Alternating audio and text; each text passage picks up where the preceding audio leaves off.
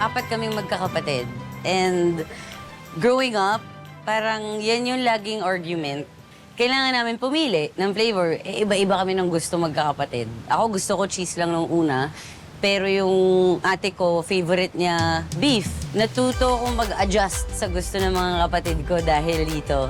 I've learned to love the beef quesadilla dahil sa mga kapatid ko. And siguro kaya ako na-appreciate tong food na to. Ang pa-deep at ang emotional, yeah. Pero it reminds me of that, yung bonding naming magkakapatid. On muna natin ang apoy. Okay, cooking oil.